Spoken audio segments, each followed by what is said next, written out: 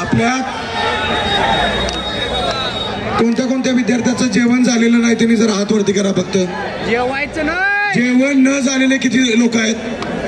त्या सगळ्यांनी इथं हरिश्चंद्र दूध डेअरी आहे लेफ्ट साईडला, तिथं जाऊन जेवण घ्यायचं. जेवण तिथं ठेवण्यात आलेलं आहे. पाणी सुद्धा आहे मित्रा, तिथं जाऊन जेवण करून घ्या.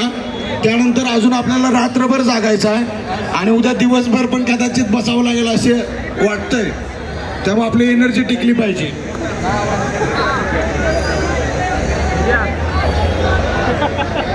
सर्वप्रथम या आपल्या अहिल्या शिक्षण मंडळाच्या पावित्र्य भूमीमध्ये जमलेले माझे तमाम स्पर्धा परीक्षेच्या आणि एमपीएससी करणाऱ्या विद्यार्थ्यांना माझा मानाचा मुजरा. सर्वप्रथम विदर्भातल्या अकोला जिल्ह्यातून आलेल्या शेतकरी पुत्राचा गोकुळ बेलेचा आपल्या सर्वांना सलाम आहे की या ठिकाणी की जोपर्यंत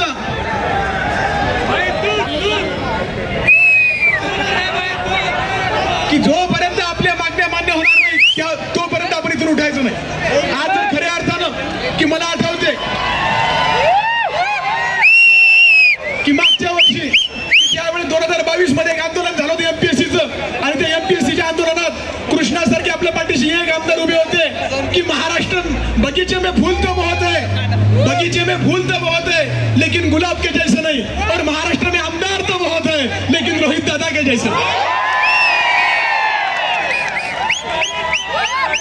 म्हणजे खऱ्या अर्थानं हा विषय राजकीय नाही आहे, कुठल्याही पक्षाचा नाही आहे, पण ज्या ज्या ठिकाणी ज्या विद्यार्थ्यांचा विषय असेल त्या वेळेस हा कृष्ण आपल्या सोबत असेल ही खात्री या ठिकाणी मला तुम्हाला द्यायची.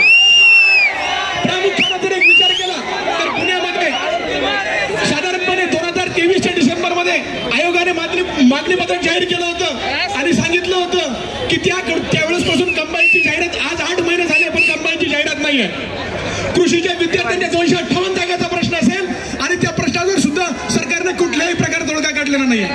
आणि आज मला तुमचा उत्साह पण असं वाटते की सरकार गांगरल्याशिवाय राहणार नाही 100%.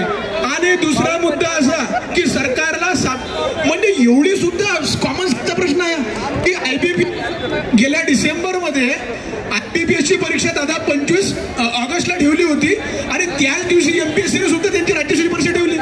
म्हणजे एवढा साधा आणि सरळ प्रश्न की तोही तुम्हाला कळू नये.